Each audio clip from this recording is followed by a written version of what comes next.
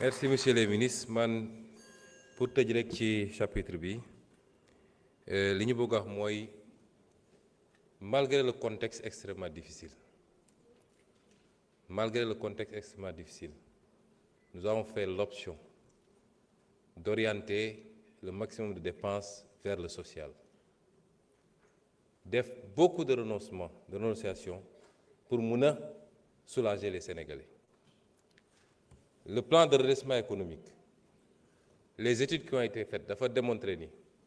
effort bi ñuy laaj Sénégalais yi li plan de redressement économique investissement yi ñu ciy def li muy jur moo ëpp njëriñ foofu en termes de retombées économiques et sociales ba ci en termes d'impact sur la réduction de la pauvreté. Rien que sur 2026, les effets calculés, c'est à peu près 150 000 Sénégalais qu'on sortirait de l'extrême pauvreté. On peut faire dire tout aux chiffres et pourtant 5 secondes plus tard il nous demande des chiffres sur les déguerpissements. Comme on peut faire tout dire aux chiffres, il ne faut pas demander de chiffres. Quand les mesures unies, ça c'était le presse, l'union orientée sur les mesures sociales, le nombre de structures sanitaires qu'on doit construire à partir du presse, le nombre de structures scolaires qu'on doit construire, les efforts consentis pour la réduction, parce que nous avons dit que c'est cher, mais nous avons fait tout le prix ceeb yokul, prix diwlin yokul, prix sucre yokul, te def nañu des baisses. Biñ fi togué légui. Et malgré la conjoncture, te dina amat yenen baisse. Inshallah. Kon lool li ma bëgg wax Sénégalais yi moy jafé-jafé amna ci luñu donn waye téréwuñu saa su ne suñu première préoccupation bu ñu xëyee mooy naka la ñuy def ba malgré tout ñu gën a yombal Sénégalais mbir yi waaye nag aw askan goo gis tey mu nekk dans l'aisance bëgg naa kenn ku nekk si yéen de temps en temps guddi balaa muy tudd rek na dugg YouTube mu tàppe Chine révolution chinoise wala mu tàppe Singapour wala mu tàppe Malaisie wala fu mu munti tàppe rek mu déglu mu xool le changement structurel des sociétés du lu yomb bi may nekk opposition je disais il faut qu'il y ait une génération avec une masse critique qui accepte de se sacrifier pour ëllëgu réew mi mënul yombee noonu et nous en tant que leader politique parce que dafa am loo xam ne ci leadership politique la bokk mooy nga mën a ànd ak saw askan. Churchill bañ ko nommé premier ministre la leen wax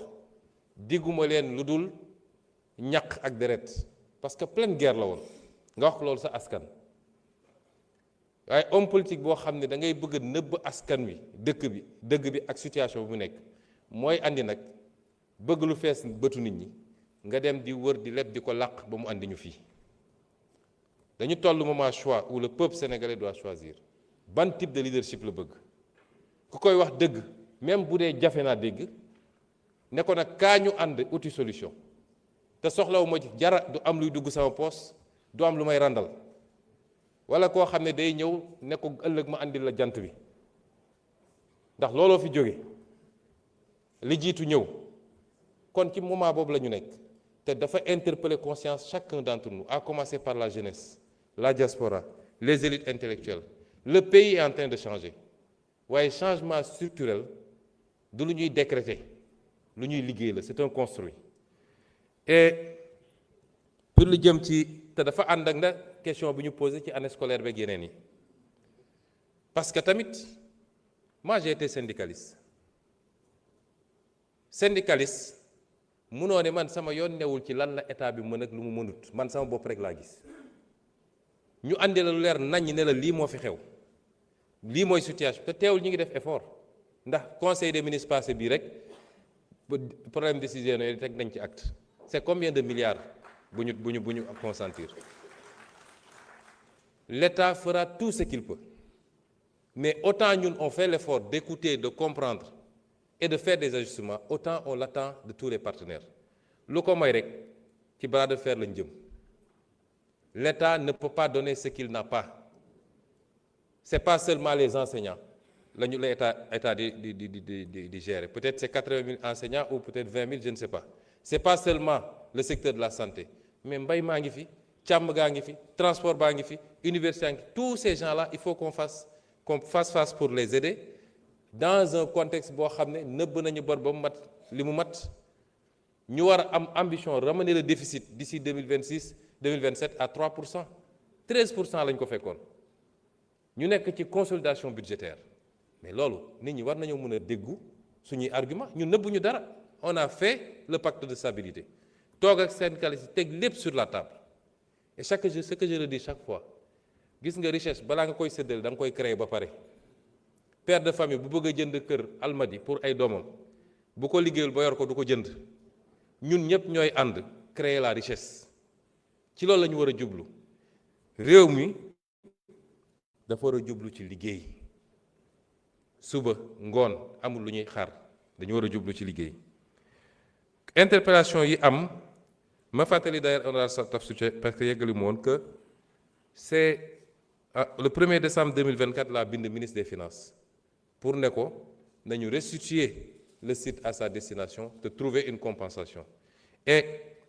le 14 avril 2025, on a pris le décret déclarant d'utilité publique la forêt classée de Thiès et prononçant le retrait du bail bi waroon dem vers la construction de cité. laaj nga ma nag lu jëm ci 1000 milliards yi opposition bi yëpp dañoo bëgg a focaliser wu sur le débat des 1000 milliards. ma fàttali ni boo delloon rek ci rapport Cour des comptes la ñu génne ci ay comptes yoo xam ne comptes yu jaarul yoon la te benn ci comptes yooyu muy le cap gouvernement bi ñu tuddee cap gouvernement le compte numéro 36 83 47 nga xam ne 1343 milliards lañ fa jaarale ci lu jaarul yoon. boo jëlee le compte PDS 303 milliards jaar nañ ko ci jaarul yoon la ñu jaarale ci hors circuit ci ay milliards ëpp na 1000 ëpp na 2000 ëpp na 5000 am na information yoo xam ne dikkal nañu ci lu jëm ci ay comptes yu mel noonu lu jëm ci ay transfert d'or ak yu demee noonu jox nañ ko ñi ñu ko war a jox pour ñu mottali enquête bi génne les vérifications. la ci des nag man lu ma leen mën a wax musa wax histoire da koo andi ba mu leer nañ.